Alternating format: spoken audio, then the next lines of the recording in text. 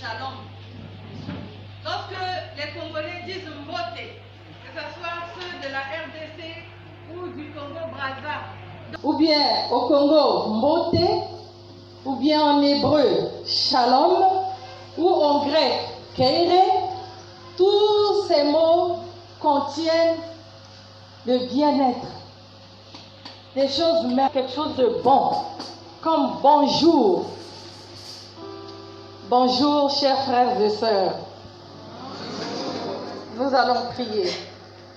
Éternel notre Dieu, Dieu de grâce, Dieu d'Abraham, d'Isaac et de Jacob, nous te disons merci pour ce beau jour que tu nous donnes, ce jour merveilleux, ce jour de grâce, ce jour où tu répands sur chacun de nous ton shalom, ton bien-être, ton bonheur. Touche nos cœurs, que ton Saint-Esprit nous parle. Sans ton nom Jésus, notre Seigneur et Sauveur, nous avons prié et nous te disons merci. Amen. Amen. Donc j'ai plusieurs textes, vous gardez vos Bibles. Le texte principal, c'est celui de David. Le deuxième, c'est celui de Paul. Le thème qui me vient, c'est le bonheur du chrétien. Le bonheur du chrétien. Donc, dans l'histoire du roi David, le roi David avait des grands frères. Le roi David était berger, il s'occupait du troupeau de son père. Et Israël était confronté à des difficultés parce que Goliath défiait le peuple d'Israël. Et personne ne pouvait approcher Goliath. Le père de David envoyait David apporter de la nourriture à ses grands frères. Quand il arrive, il voit comment tout Israël tremble devant Goliath. Il dit, ce n'est pas possible. Moi, je veux tuer cet incirconcis. C'était un jeune. Ses grands frères vont même minimiser. Mais David avait la foi. Et c'est David qui avait tué Goliath. Nous connaissons l'histoire de David. Je ne voudrais pas m'attarder sur David, mais c'est juste un résumé pour que nous comprenions celui qui dit, oui, le bonheur et la grâce m'accompagneront tous les jours de ma vie. Il savait ce qu'il disait. David savait que l'Éternel était son berger. Au verset 1 du psaume 23. Il dit, l'Éternel est mon berger, je ne manquerai de rien. Ce sont des paroles de foi. David était heureux. Et c'est David qui a composé plusieurs chants en l'honneur de l'Éternel. Dans les chants de David, c'est rempli du terme bonheur heureux. Ashré. Souvent, il parle de heureux, ashré. David, quand le Seigneur lui pardonne même ses péchés, il est content. Il dit, oh, heureux, l'homme à qui Dieu n'impute pas son iniquité. Il est heureux quand le Seigneur lui pardonne ses péchés. David disait aussi, pour ceux qui peuvent noter, au psaume 2, verset 12, heureux tous ceux qui trouvent en lui un abri. Tous ceux qui trouvent en l'Éternel un abri, un refuge, sont heureux. Ils sont dans le bonheur. Le mot bonheur est un terme qui vient de l'univerbation, c'est-à-dire on a uni deux verbes. Il y a ou deux termes, bon et heure. Bon et heure. C'est-à-dire la parole. Quand on dit verbe ici, c'est comme le logos. Logos, On dit le verbe logos, donc les mots bon et le mot heure. Ce sont les deux termes qui forment ce que nous appelons bonheur. Ce qui est bon et ce qui rend heureux. C'est d'abord un état. Cet état heureux causé par une complète satisfaction. Lorsqu'on a une complète satisfaction, nous disons « je suis heureux » ou « je suis heureuse ». Cependant, ce bonheur est relatif dans le monde. Ça dépend de l'individu. Ça varie selon les personnes. Ce qui rend David heureux, ce n'est pas ce qui rend une autre personne heureuse ou heureuse.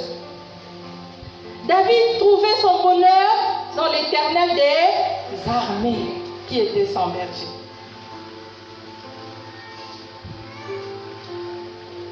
Le deuxième personnage que j'aime beaucoup aussi, c'est l'apôtre Paul. Je sais que beaucoup de femmes n'aiment pas l'apôtre Paul. Je vais vous raconter une petite histoire. Une fois, une dame m'a dit « Oh, je n'aime pas l'apôtre Paul. » J'ai dit « Mais pourquoi tu n'aimes pas l'apôtre Paul, une chrétienne ?» Elle dit « C'est l'apôtre Paul qui a dit que les femmes se taisent dans les assemblées. Alors que Jésus a dit « Il n'y a ni juif, ni grec, ni homme, ni femme. » Je dis « Mais c'est le même apôtre Paul qui l'a dit. » La dame dit « Quoi ? Comment l'apôtre qui a dit que les femmes se taisent dans les assemblées, c'est le même qui a dit il n'y a ni juif, ni grec, ni homme, ni femme. » J'ai dit, c'est parce qu'on ne l'a pas compris. L'apôtre Paul parle selon les circonstances. Lorsqu'il a dit que les femmes se taisent, il y avait un problème là-bas. Il n'a pas dit elles doivent se taire pour toujours.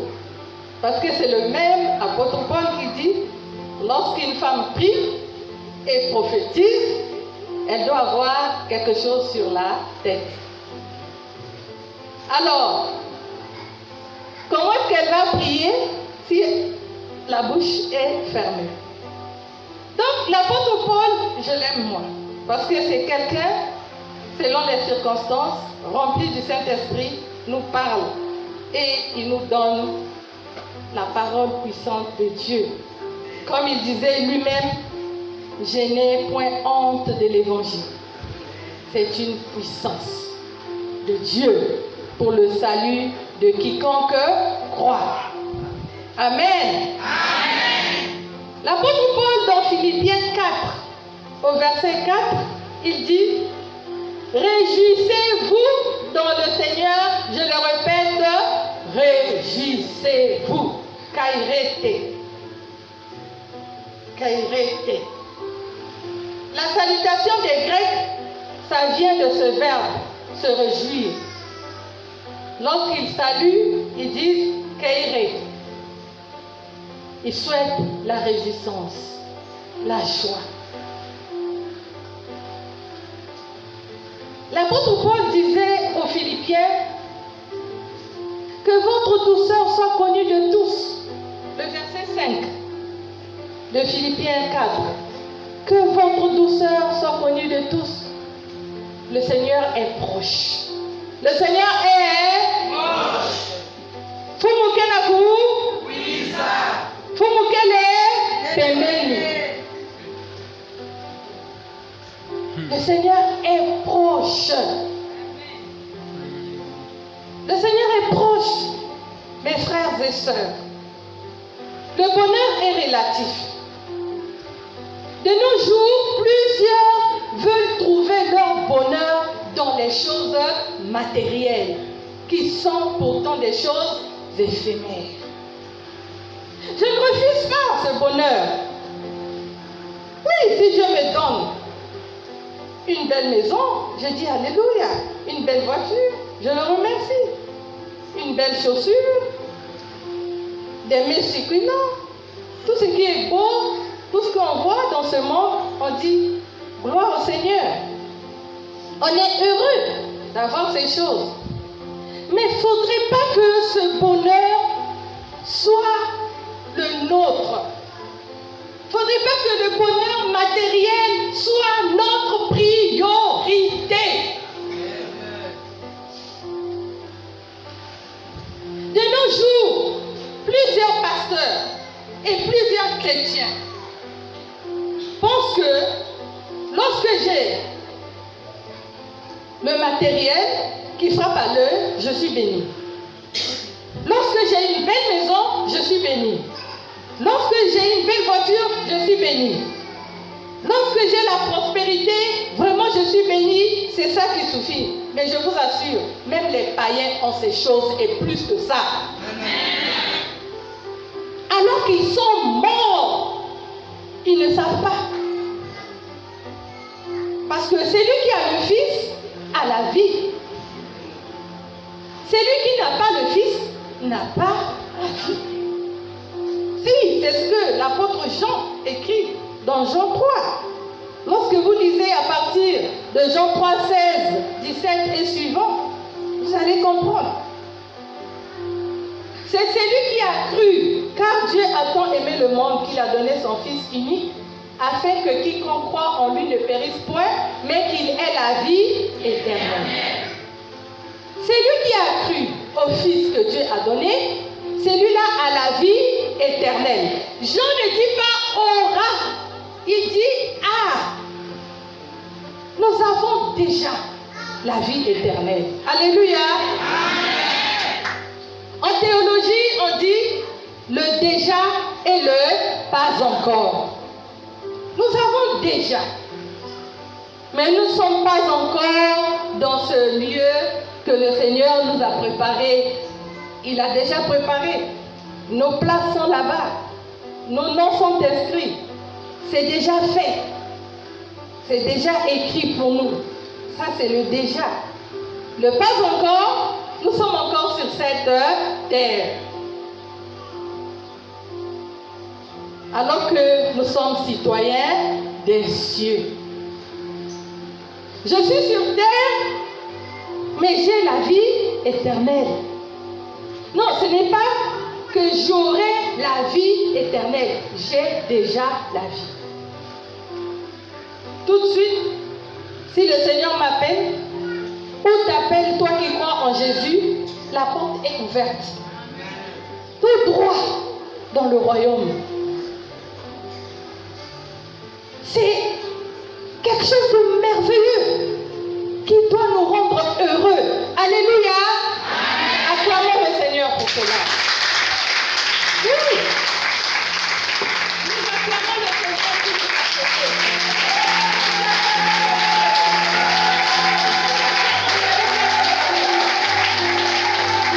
Nous acclamons celui qui est mort à la croix pour nous sauver, pour nous donner cette vie éternelle gratuitement au moyen de la foi. Tu crois, tu as la vie éternelle. Le brigand à la croix, celui qui était à droite, est-ce qu'il partait à l'église? Il était brigand, malfaiteur, crucifié à côté de Jésus. Il a cru. Pendant que son ami à gauche disait à Jésus, mais sauve-toi et sauve-nous. Il dit, mais toi tu ne crains pas Dieu? Il n'a pas commis des actes infâmes comme toi et moi, mais il est en train de subir la même peine. Tu ne crains pas Dieu? Et il dit à Jésus, souviens-toi de moi quand tu seras dans ton royaume. Il a cru. Le Seigneur lui dit,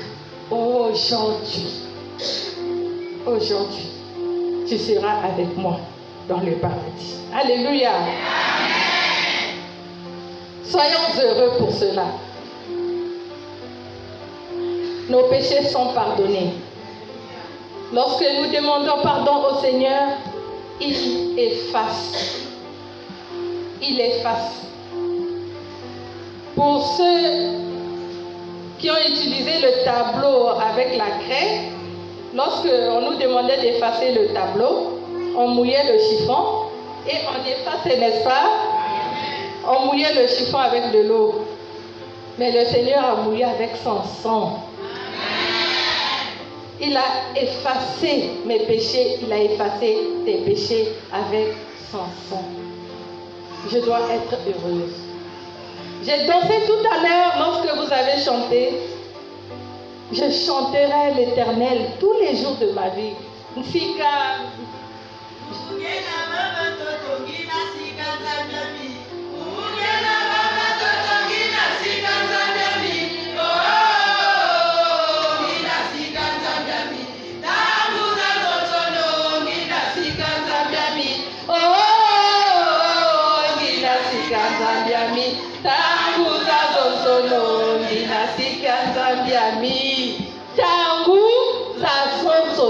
En tout temps, que je mange, que je ne mange pas, je chante l'Éternel. Que je sois mariée, que je ne sois pas mariée, je chante l'Éternel. Que j'ai une voiture, que je n'ai pas une voiture, je chante l'Éternel. Quel que soit l'état dans lequel je me trouve, je dois sika. Je dois remercier, je dois chanter. Mais qu'est-ce qui arrive aux chrétiens aujourd'hui? Le thème de l'Église, c'est la croissance numérique. La croissance numérique. Aujourd'hui, on allait parler de la croissance numérique de l'Église, dans Acte 2. Mais j'ai remarqué une chose, Souvent, les églises sont pleines. Nous sommes souvent nombreux. Mais est-ce que nous sommes souvent nombreux à aimer les études bibliques? Sommes-nous nombreux à supporter l'épreuve quand la persécution arrive? Moi, je suis au Niger. Je suis missionnaire au Niger. Je suis mariée à un pasteur, conseiller en traduction biblique, un Touareg. Dieu m'a donné son serviteur qui est nigéro-malien. Nous exerçons au Niger. En 2015, toute l'église a été attaquée. On a brûlé les églises. On a tué même les chiens chrétiens. C'est ce jour-là que j'ai su que même nos animaux, on dit c'est un chien chrétien. Donc même les chiens n'étaient pas épargnés. Les chrétiens, plusieurs, environ 40 églises ont été brûlées. Dieu nous a protégés par sa grâce. Mais dans la fuite, dans ces douleurs, ces épreuves, où les pasteurs avaient perdu leur maison, où plusieurs églises ont été brûlées, tombées, les chrétiens n'ont pas abandonné. Waouh! J'ai remercié le Seigneur. Aujourd'hui, nous avons des églises qui dépassent même les églises qu'on avait brûlées. Alléluia!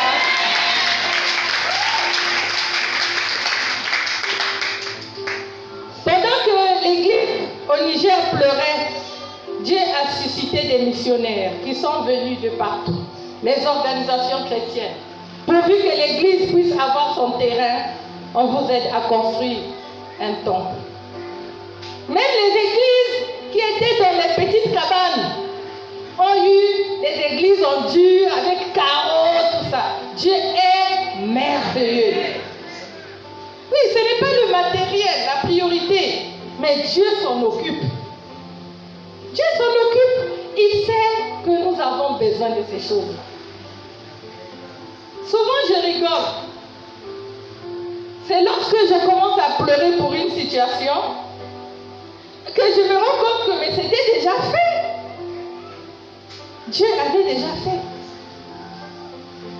C'est lorsque je commence à paniquer. J'ai beaucoup d'exemples. Ce n'est pas pour m'enorgueillir, mais Dieu m'a vraiment poussé de partager ça avec vous. Mon premier fils avait eu son visa pour aller aux États-Unis avec son père depuis 2017. On lui avait donné un visa de 5 ans. Donc il est revenu, on lui a promis qu'après son bac, il va retourner. Il a bossé dur pour avoir le bac. Il a eu le bac à 17 ans.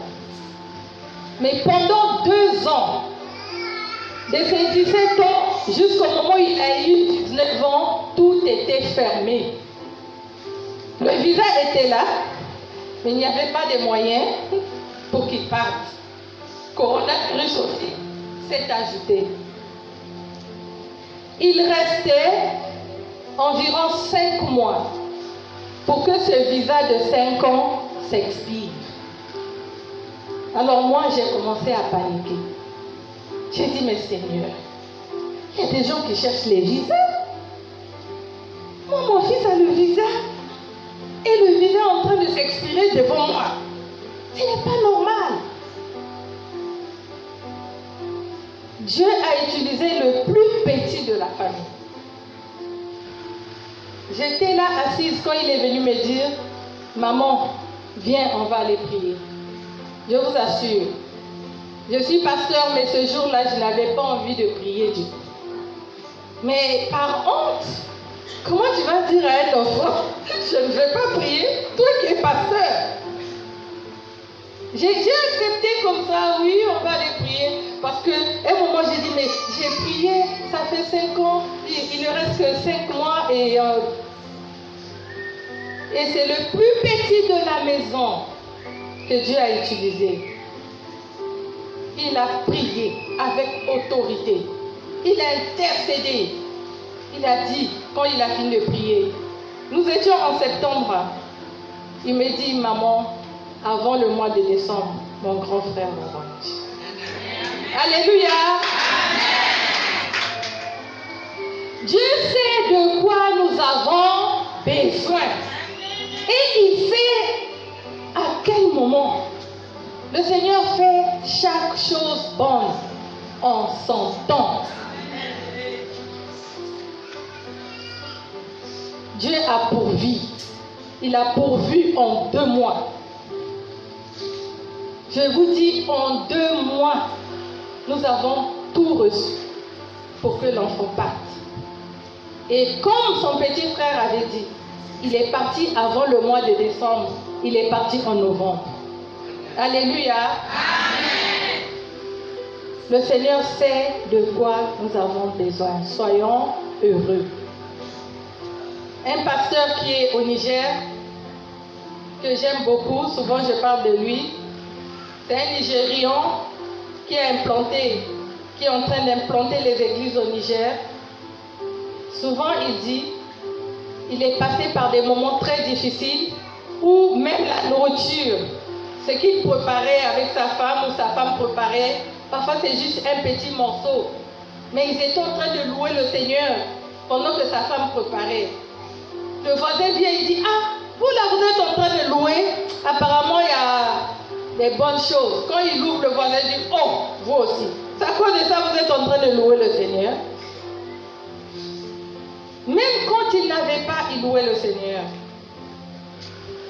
Un moment, son église se vidait.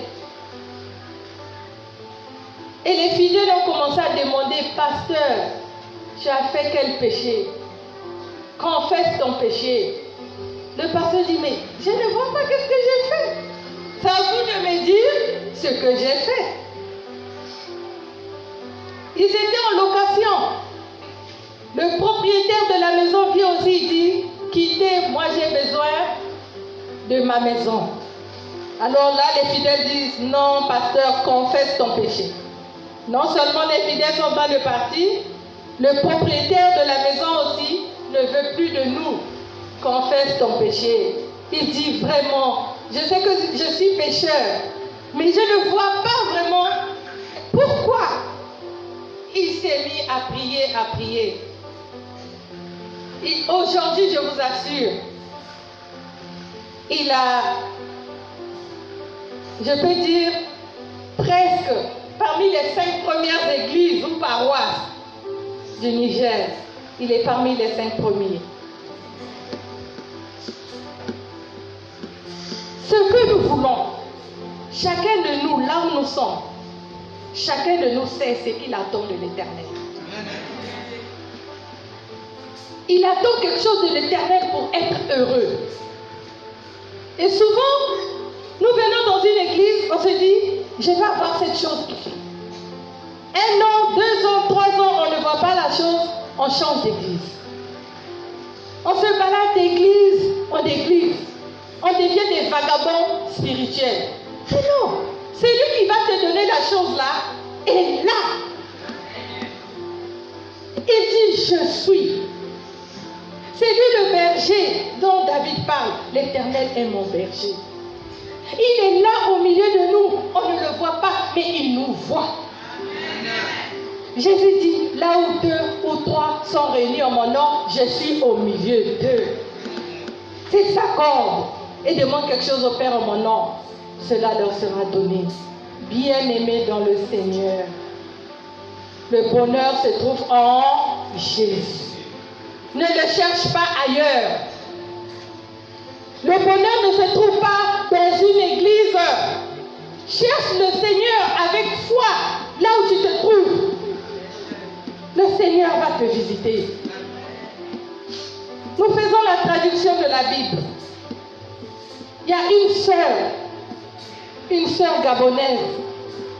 En 2017, elle m'a dit, maman, moi j'ai failli me marier dans ma jeunesse. Les parents n'avaient pas aimé cet homme que j'aimais beaucoup. Il a voyagé, il est parti en Afrique du Sud pendant des années. Elle était là au Gabon. Elle n'a pas trouvé quelqu'un pour l'épouser. Elle a même eu des enfants. Elle a même eu des petits-enfants hors mariage. On n'encourage pas cela. Mais le péché est arrivé, elle est tombée. Et le Seigneur l'a relevée. Quand le Seigneur l'a relevée, elle est rentrée dans une petite église. Les églises qu'on néglige.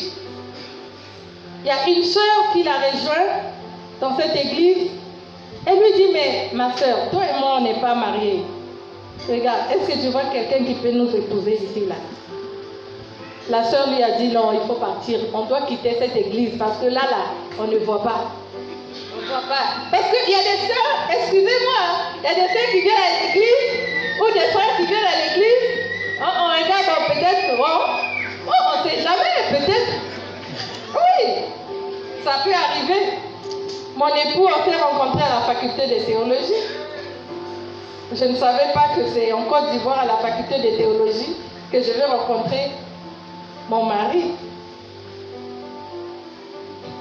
Mais Dieu lui avait donné une parole de foi. Elle a dit à cette sœur, Dieu nous voit. Même si dans l'église là, il n'y a personne, celui que Dieu a prévu pour moi viendra.